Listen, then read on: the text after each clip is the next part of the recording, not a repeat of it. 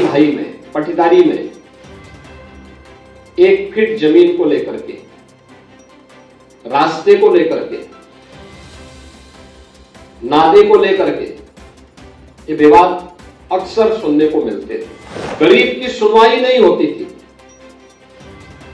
वह पीड़ित होता था, प्रताड़ित होता था और कभी कभी प्रॉपर्टी से भी वंचित हो जाता था। ड्रोन सर्वे में कहीं भी कोई 1 इंच दर नहीं कर सकता। एकदम जितना जिसका आवास होगा उतनी ही प्रॉपर्टी उसको प्राप्त होगी।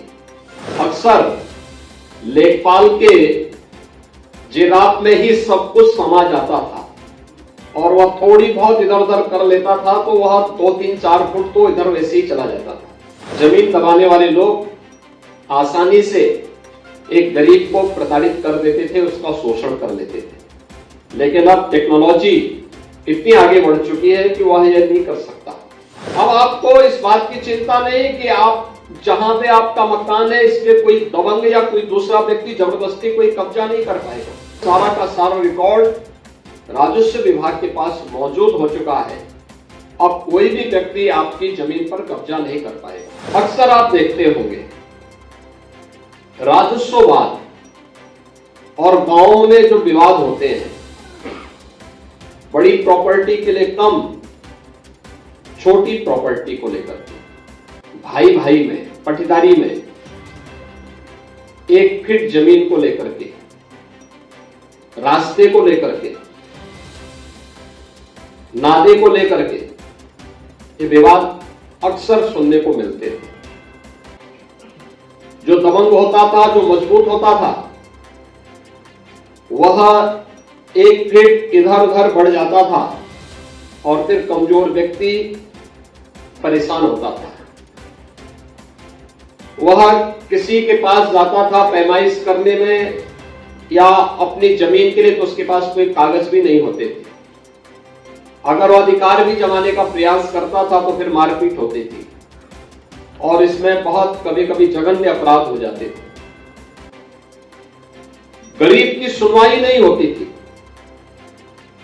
वह पीड़ित होता था, प्रताड़ित होता था और कभी कभी प्रॉपर्टी से भी वंचित हो जाता था।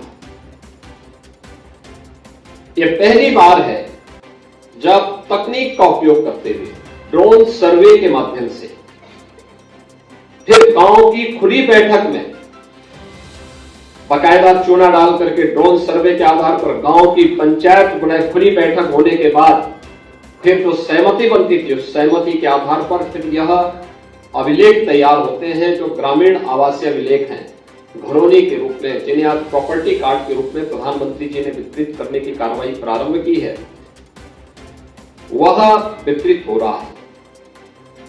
ड्रोन सर्वे में कहीं भी कोई 1 इंच दर नहीं कर सकता। एकदम जितना जिसका आवास होगा उतनी ही प्रॉपर्टी उसको प्राप्त होगी। नहीं तो होता क्या था, अक्सर लेखपाल के जिराफ में ही सब कुछ समा जाता था और वह थोड़ी बहुत इधर उधर कर लेता था तो वह 2, 3, 4 फुट तो इधर वैसे ही चला जाता था। तो जमीन दबाने वाले लोग आसानी से एक गरीब को प्रताड़ित कर देते थे, उसका शोषण कर लेते थे। लेकिन अब टेक्नोलॉजी इतनी आगे बढ़ चुकी है कि वह यह नहीं कर सकता और यह तकनीक का उपयोग करते हुए 1,09,000 गांवों में हम यह प्रॉपर्टी कार्ड आसानी से वितरित कर पाएंगे। यह 1 करोड़ से अधिक लोगों को अभी से प्राप्त हो चुका है। जो थोड़े बहुत 25,000 के आसपास बचे हैं, थोड़ी बहुत शीघ्र उत्तर प्रदेश में सर्वे का कार्य पूरा होने के बाद यह भी बहुत शीघ्र उन लोगों को प्राप्त होगा। यह पहली बार आजादी के बाद पहली बार प्रॉपर्टी का कार्ड ग्रामीण क्षेत्र में आबादी की जमीन पर बसे हुए लोगों को प्राप्त हो पाया है। मैं इसके लिए प्रदेश के उन सभी परिवारों को हृदय से बधाई देता हूं।